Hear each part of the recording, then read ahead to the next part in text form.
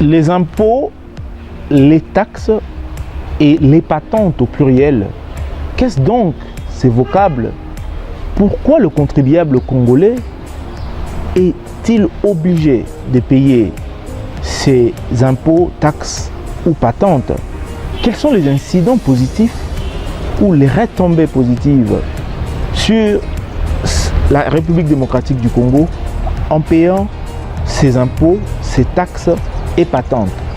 Pour éclairer notre public, tant national qu'international, nous faisons ces partages avec une éminence grise, l'une des personnes ayant maîtrisé les fiscs en République démocratique du Congo, Monsieur Nzuzi Nsoloa Zido Célestin. C'est avec lui que nous allons être fixés aujourd'hui.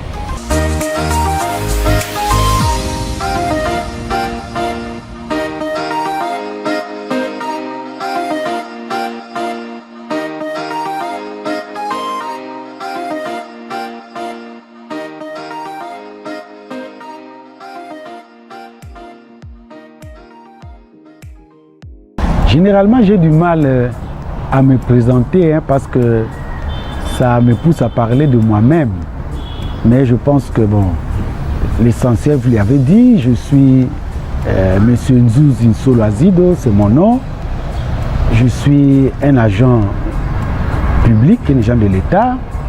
Je suis enseignant de droit fiscal international dans un institut supérieur de la place et je suis promoteur de certaines ASBL et je pense qu'on peut s'arrêter là-bas par rapport à l'objet d'aujourd'hui.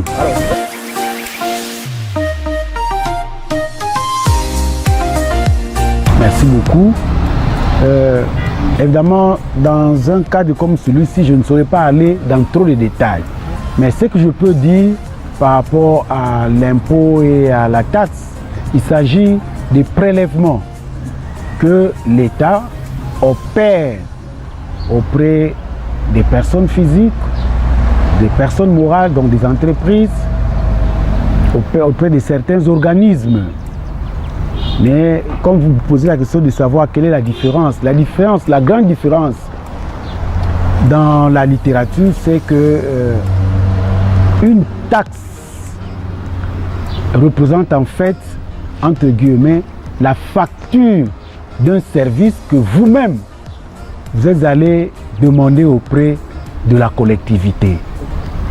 Donc la taxe, c'est une rémunération d'un service que la collectivité vous rend, alors que l'impôt a un caractère obligatoire et l'impôt se paye sans contrepartie. Évidemment, aujourd'hui, on peut trouver, avec l'évolution de la fiscalité, des taxes obligatoires. De plus en plus, on commence à citer ou à rencontrer certaines taxes obligatoires. Mais généralement, la taxe n'est pas obligatoire. Mais comme je dis, il y a évolution. Et je vous ai dit que l'impôt, elle, est obligatoire, plutôt l'impôt, lui, est obligatoire et se paye sans contrepartie. C'est-à-dire que quand vous payez l'impôt, vous ne pouvez pas vous attendre à ce que l'État réalise pour vous un service bien déterminé. Ce n'est pas parce que vous avez payé un impôt, par exemple l'impôt des travailleurs qu'on appelle l'impôt professionnel sur les rémunérations, que vous devez vous attendre à ce que l'État construise devant votre parcelle une route. Là, c'est la contrepartie. Non, il n'y a pas de contrepartie en matière de paiement de l'impôt ou des impôts d'une manière générale. Vous avez parlé aussi de la patente. La patente est connue comme étant une autorisation d'exercer le petit commerce. Voilà un peu en gros, sans entrer dans les détails techniques de toutes ces trois notions.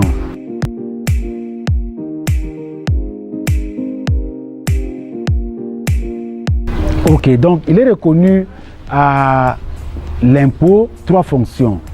la fonction financière, la fonction sociale et la fonction économique.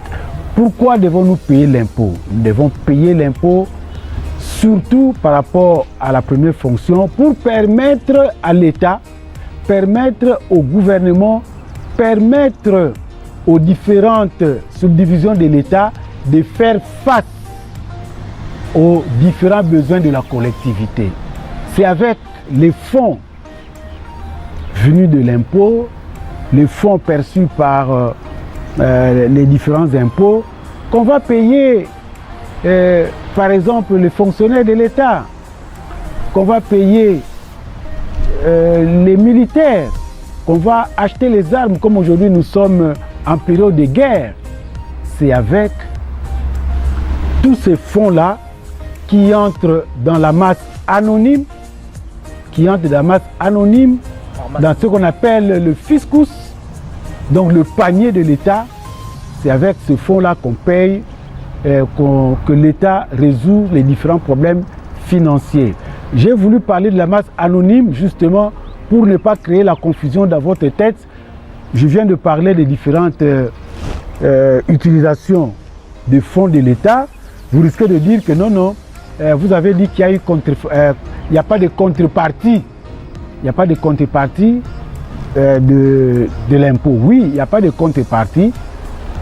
Nous avons payé seulement, mais l'État utilise tous ces fonds-là dans un panier anonyme qu'on appelle le fiscus. Un panier anonyme, dans une masse anonyme, selon le besoin de l'État, selon le budget de l'État. Telle dépense va à gauche, telle autre dépense va à droite. Voilà un peu, si je peux parler en bref.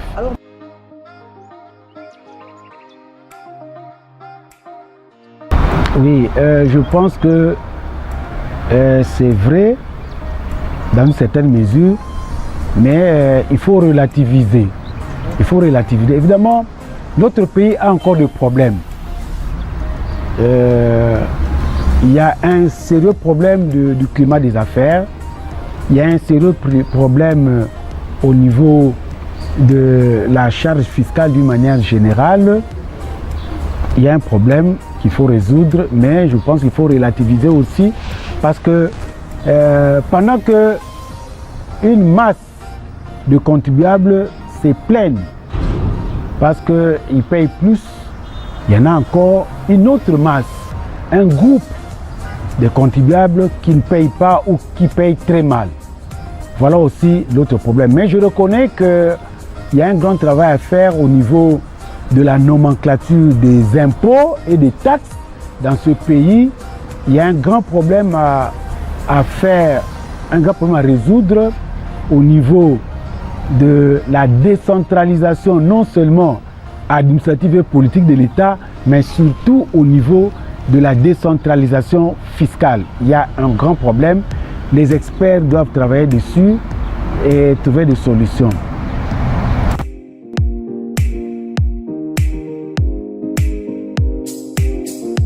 Bon, les impôts à payer dépendent du type ou du secteur dans lequel on opère. Mais s'il faut parler des impôts que nous avons d'une manière générale, je peux le citer. Nous avons dans la catégorie d'impôts réels, nous avons l'impôt foncier, nous avons l'impôt sur les véhicules, nous avons l'impôt sur la superficie des concessions minières et d'hydrocarbures, qui sont des impôts provinciaux, c'est-à-dire des impôts que l'État a cédés aux provinces et qui sont perçus au profit du province à travers les régies financières provinciales. Il y a aussi au profit des provinces un autre impôt qui est un impôt cédulaire sur les revenus qu'on appelle impôt sur les revenus locatifs. Lui aussi, il est perçu par les provinces à travers leur régie financière. En dehors de ces impôts qui sont des impôts provinciaux aujourd'hui, il y a les impôts nationaux qui sont l'impôt, ce sont d'abord dans la catégorie des impôts cédulaires sur les revenus. On peut citer l'impôt professionnel sur les rémunérations. On peut citer l'impôt sur les bénéfices et profits, étant entendu qu'aujourd'hui, on a scindé, il y a l'impôt des personnes physiques et l'impôt des sociétés, même si cette réforme n'est pas encore applicable. La loi a été déjà promulguée, mais ce sera appliqué d'ici pratiquement quelques mois.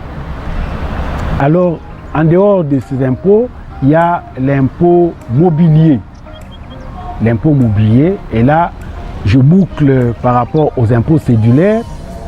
Il y a aussi ce qu'on appelle la TVA, la taxe sur la valeur ajoutée. Mais en tant qu'expert, je dois ajouter deux autres impôts qui ont été créés par le dernier code minier.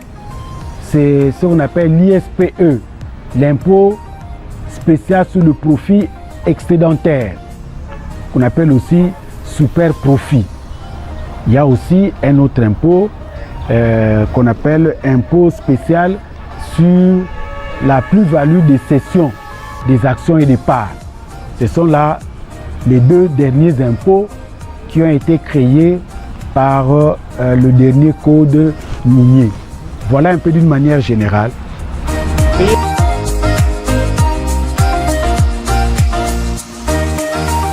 Effectivement,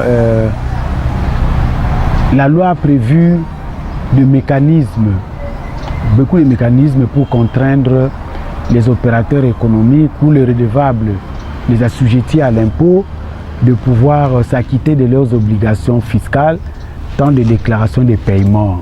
Il y a beaucoup de mécanismes par rapport aux obligations de paiement.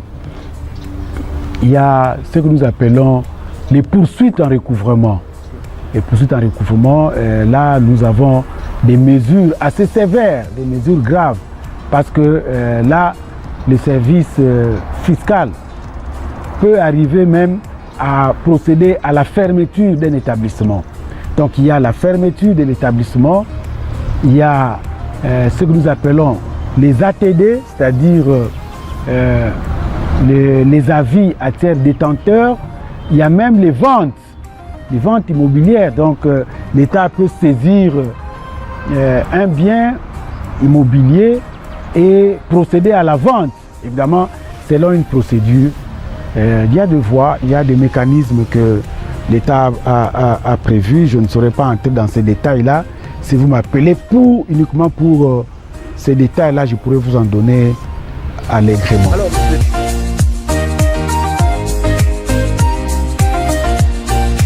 Ok, là je vois que vous êtes en train de parler globalement des exemptions et des exonérations.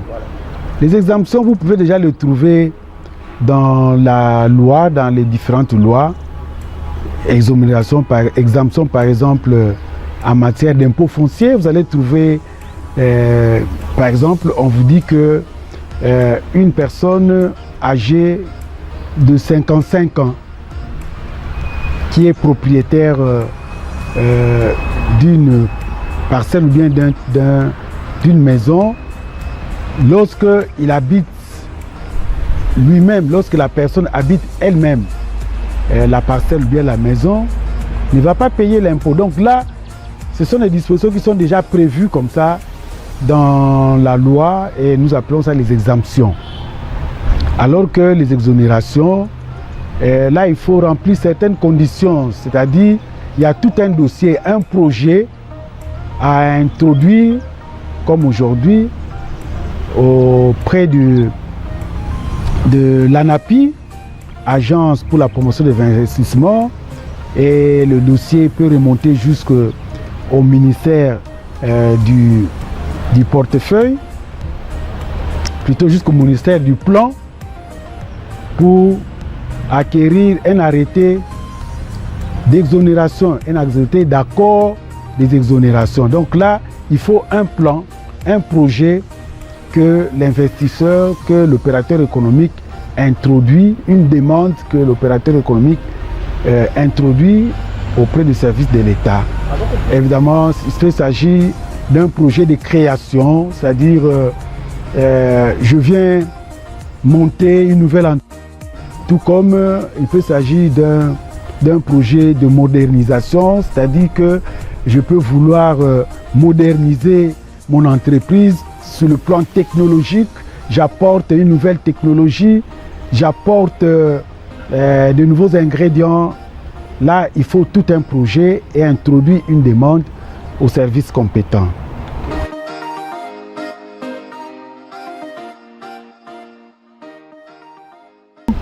L'État oblige, la loi oblige les redevables, tout redevable, tout contribuable qui vient d'ouvrir un établissement, qui vient d'ouvrir une ASBL, un organisme quelconque, une entreprise commerciale, industrielle, de services, de pouvoir en informer le service d'impôt et obtenir ce qu'on appelle le numéro impôt dans un délai de 15 jours, faute de quoi, en tout cas, vous vous exposez aux pénalités. Okay. Alors,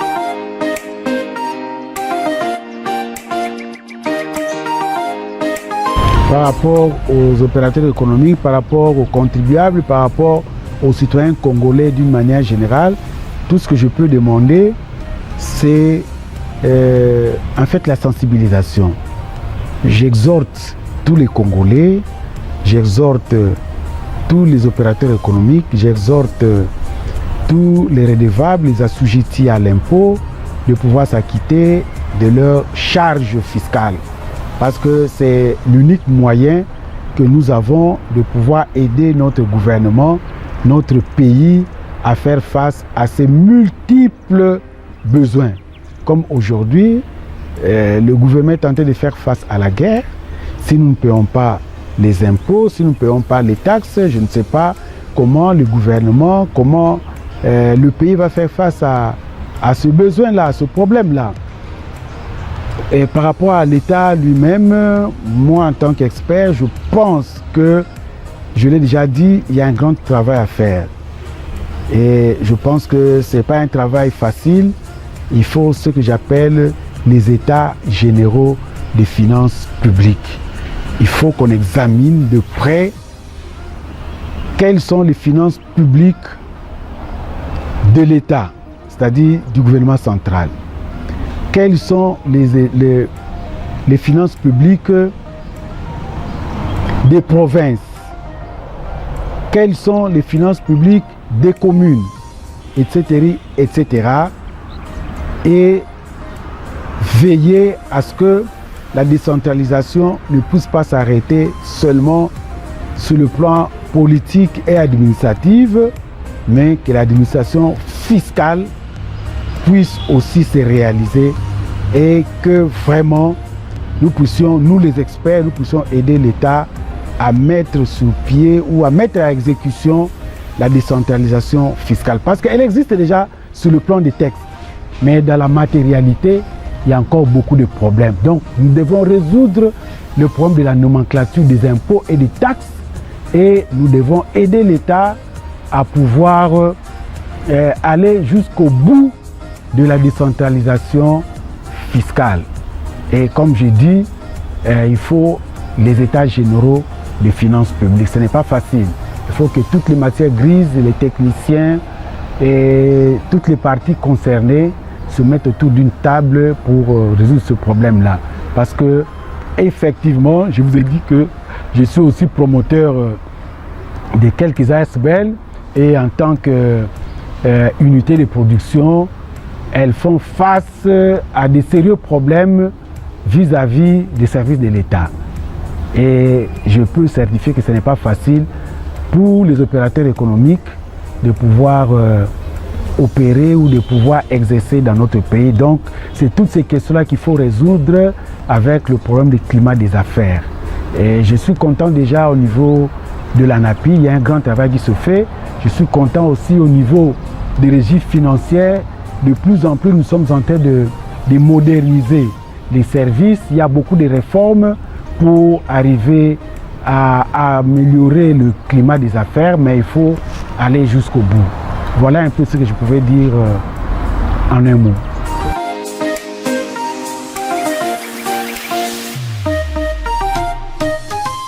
Merci beaucoup.